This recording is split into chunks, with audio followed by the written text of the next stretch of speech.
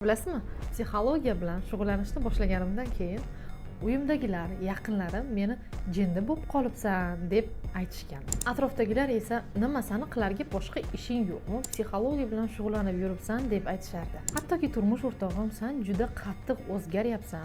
Menga bu narsa yoqmayapti deb aytgandilar. Bu holatda qanday yo'l tutganman bilasizmi? Bu holatda aynan javobni yana shu psixologiyadan qidirishni boshlaganman.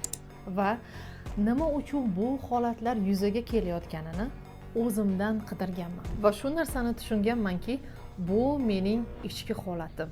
Tashqi holat menga faqatgina aks ettirib beryapti xolos. Va men bu joyda texnikalarni ishlatishni boshlaganman. Ya'ni qanday texnika deb o'ylaysizmi?